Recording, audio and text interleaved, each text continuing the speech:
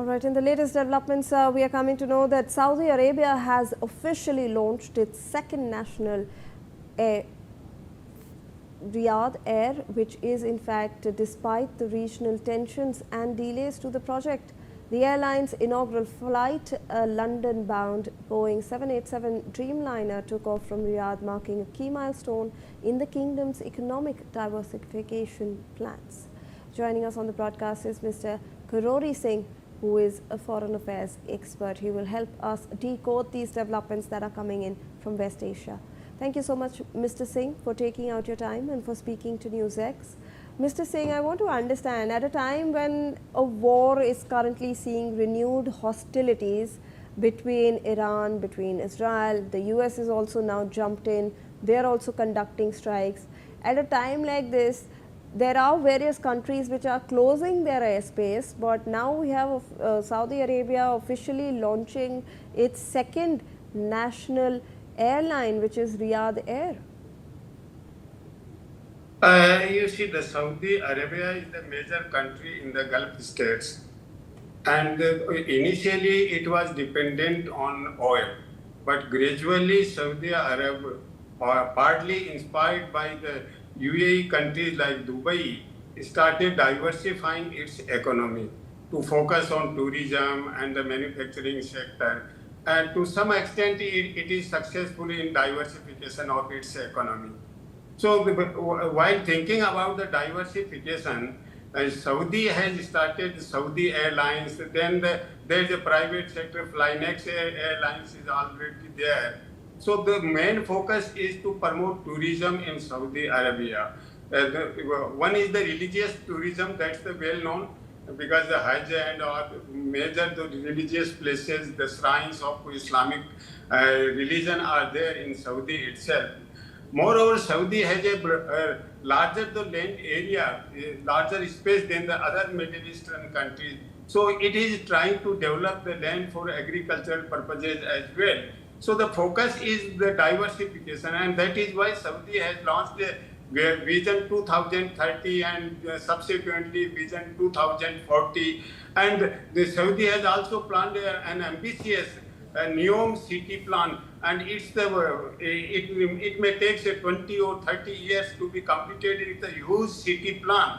So Saudi is focusing on different directions these days to develop Saudi as the developed countries. So I think Saudi is moving towards the right direction, and not only that, Saudi is also providing regular relief to its citizens. The subsidy, not only subsidy, but relief grants to helping their construction activities and their food activities. So the Saudi people and citizens are somewhat happy with the Saudi policies, because whatever the Saudi is earning, sharing with the citizens is not keeping with the regime only. So the sharing aspect of the Saudi Arab is generating confidence and trust. Absolutely, sir. In fact, I'll request you to please stay on with us. There are some breaking developments coming in from southern Iran, where an explosion has been reported near Qasem Island. According to Iran's Mehr news agency, the blast was heard in the area of Qasem Island, though the exact nature and cause of the explosion remain unclear. The report comes amid heightened tensions in the region, with Iranian media stating that the Hormuzgan province and parts of the Persian Gulf coastline have been under attack since the early hours of the day. Iranian authorities are now saying that armed forces have responded to the attacks, while further details regarding the explosion are awaited. Mr. Singh, I also want to get your observation regarding the string of attacks that are happening in southern Iran. That is a target that US has in fact taken. Even Israel continues to, strike southern Iran. We are seeing Qasem Island, an explosion that has been reported from there. We do not know the exact details as to why this explosion has taken place, but obviously Iranian authorities are saying that they have also retaliated to these attacks, sir. You see, there are two types of strike in Iranian territory and the Hormuz area. One is by the United States. So United States is striking in a limited way. not in extensive way. Whereas Israeli strikes are more extensive, and Israel is attempting to escalate the situation. United States doesn't like to escalate the situation. And President Trump repeatedly said that we are advancing towards right direction for the negotiations.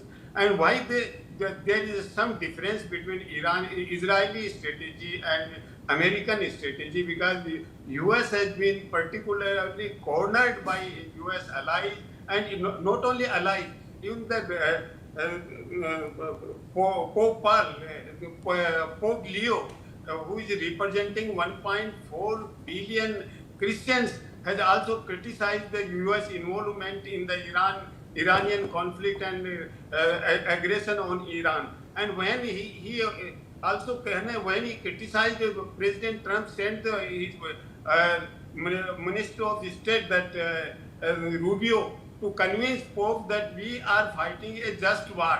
But Pope was not convinced, and he categorically told it's a war of madness. So you stop this war. So by cornered by their faith leader, as well as by the allies, US is keeping itself on a low profile. So US is not striking in the mainland Iranian area, whereas Israel is striking mainland, because when the Iran strike Israel on the Lebanon situation, in regard to Lebanon situation. So what's happening is now the US and Israel have some difference. US is determined to negotiate, whereas Israel is determined to escalate the situation. Let us see how things turn out, keeping in mind this difference between Israel and United States. Absolutely, some very valid points raised by you, Mr. Singh. We have breaking developments coming in from Lebanon, now that you mentioned it, where the Israeli military has issued fresh evacuation warnings for residents of Ghassaniyeh and Houmain al-Faqqa, urging them to leave their homes immediately. The latest warning comes despite a ceasefire announced on April 17th and signals continued tensions along the US, Israel and Lebanon front. The conflict has now caused widespread displacement and casualties across Lebanon. Humanitarian concerns continue to mount as civilians face repeated evacuation orders and ongoing military activity in the affected areas. All right, joining us in fact on the broadcast is also Brigadier Vinod Datta, who's a defense expert. Thank you so much, sir, for taking out your time and for speaking to NewsX. Let me go across to Brigadier Datta for more on this. Brigadier Datta, we are seeing renewed hostilities between Iran, Israel and the US, and it all started out with certain strikes in Beirut, because we were observing a very fragile ceasefire since April, but the strikes in Beirut then had Iran launching strikes against Israel, then Israel retaliating, and now we are seeing renewed hostilities. I want to understand from your perspective, Brigadier Datta, how are you looking at the war now progressing? Well, the new ceasefire violation, it got ignited by bringing down the American chopper. Now, you see, whenever you are having these peace talks, now it is, obligatory on the part of all the stakeholders that they should have some confidence-building measures. In the instant case, it has been seen that America has not been, following the international standards and the protocol. At one hand, America has been talking about peace, they have been talking about negotiations, and on the other hand, they have been planning and threatening Iran with the dire consequences. Even, the very first day when America attacked on 28th February, America and Iran, they were, in middle of talks, they were, discussing things. But suddenly, America struck Iran and inflicted very heavy casualties on their top leadership. Now, these are the cases which bring mistrust. And you see, the peace talks also, they do take time. Any sporadic place. Sometimes there is a communication gap between the top leaders who are taking decisions and the field commanders. What happens is the field commanders, since they are full of josh, full of anxiety and full of enthusiasm, sometimes you'll find some odd person, a trigger-happy person who will indulge in all these kind of things. But the wisdom lies that the bigger nations, and they should generally overlook one odd incident. Right. Now, in this case, America has not acted so prudently as far as Iran is concerned. Brigadier Datta, if I can request you to please stay on with us. We have some more developments coming to the fore. China has called for restraint amid escalating tensions following the latest exchanges between the United States and Iran. Speaking at a media briefing, Chinese Foreign Ministry spokesperson Lin Jian has said that Beijing is deeply concerned about the ongoing conflict and warned against further escalation. China has urged all the parties to remain calm, exercise restraint and avoid intensifying the conflict and take concrete steps to ease the tensions. The statement comes as diplomatic efforts intensify to prevent a wider regional confrontation in West Asia. In fact, apart from this, we have breaking developments coming in from southern Iran again, where reports indicate that the US military strikes have hit drinking water infrastructure in the Bamami district of Sirik County. Iranian state media has said that 2 water storage tanks were damaged, disrupting drinking water supplies in the area. Mr. Singh, I want to rope you in back into this discussion. I want to understand how significant is the attacking of water storage infrastructure in such areas, because earlier as well we had spoken about desalinization plants being hit. Now we are learning that in southern Iran, in Bamami County, apparently 2 water storage infrastructure units have been hit, sir.